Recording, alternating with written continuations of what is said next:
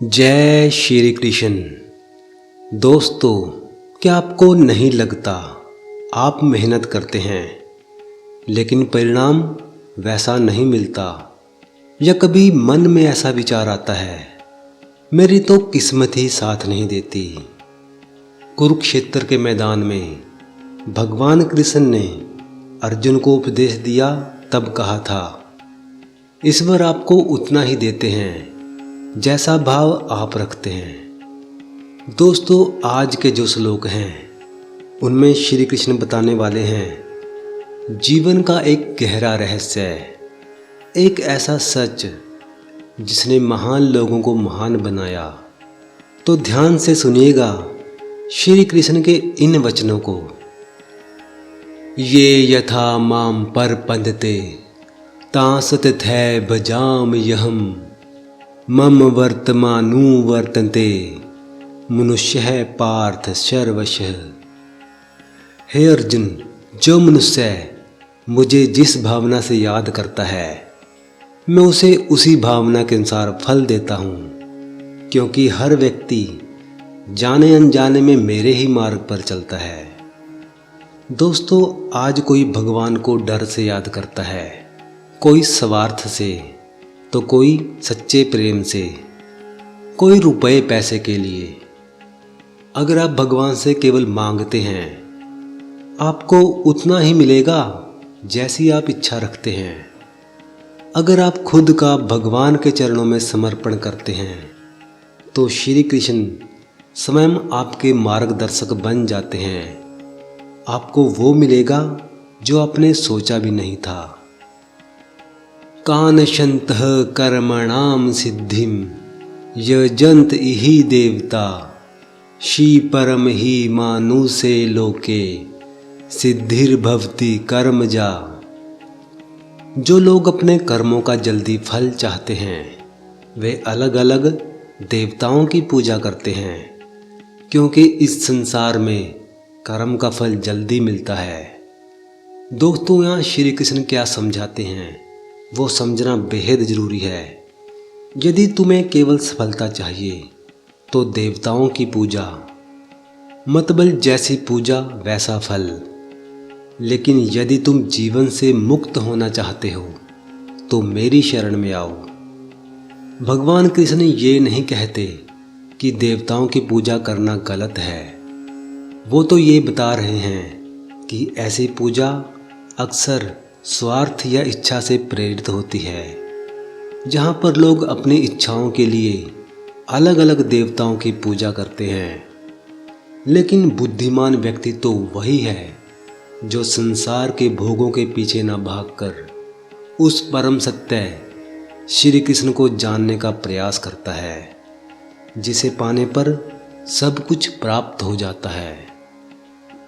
चातुर्वर्ण्यम मया सृष्टम गुणकरम विभागशः तस्य कर्ता रम्पि माम विद्या कर्ता रमवैयम।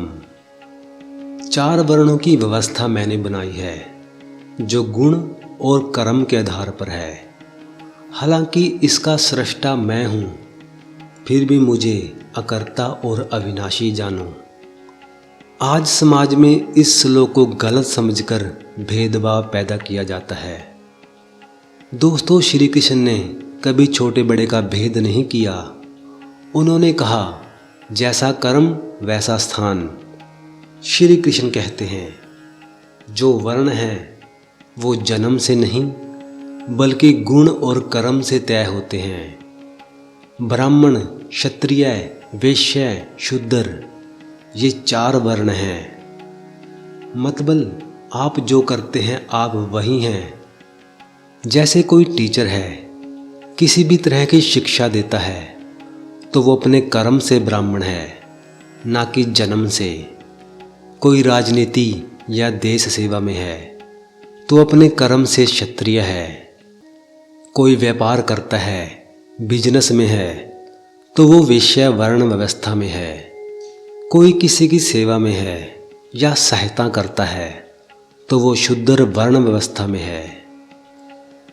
न माम कर्माणि लिम्पन्ति न मे कर्म फले सिप्रहा इति माम यो बीजानाति कर्मभिरंस बद्धते।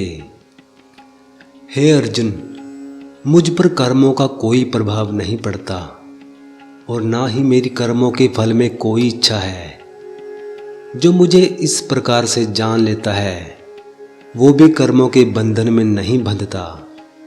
श्री कृष्ण कहते हैं, मैं सृष्टि का संचालन करता हूँ, उन्हें किसी की फल की इच्छा नहीं है, वे पूर्ण हैं, इसलिए कर्म उन्हें स्पर्श नहीं कर पाते। दोस्तों, जब मनुष्य अहंकार छोड़कर फल की चिंता त्याग कर कर्म करता है तो वो उन कर्मों में नहीं बंधता। समस्या कर्म करना नहीं है, बल्कि कर्म के साथ चिपकी हुई हमारी इच्छा और अहंकार है। एवं ज्ञात्वा कृतं कर्म पूर्वेरपि मुमुक्षुभिः कुरु कर्ममेव तस्मात् तबं पूर्वे पूर्वतरम कृतम्। पहले के समय में जो लोग मोक्ष चाहते थे उन्होंने ये समझकर कर्म किए कि ईश्वर कर्मों से बंधते नहीं है, इसलिए उन्होंने बिना डर और बिना लालच के अपना कर्म किया। कृष्ण यहाँ स्पष्ट करते हैं कि मोक्ष की इच्छा रखने वालों ने भी कर्म किए थे, बस उनके कर्म करने का तरीका अलग था। कर्म करना बुरा नहीं है, बल्कि अज्ञानता में कर्म करना बुरा है। राजा जनक जैसे महापुरुषों ने राजकाज भी चलाया और मोक्ष भी प्राप्त किया।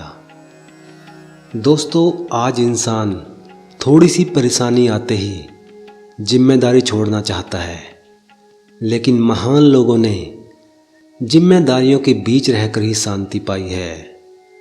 दुविधा में हो तो पहले देखिए सफल और आध्यात्मिक लोगों ने क्या किया। कर्म छोड़ना नहीं, बल्कि कर्म करने का तरीका बदलना जरूरी है। जय राधे कृष्ण।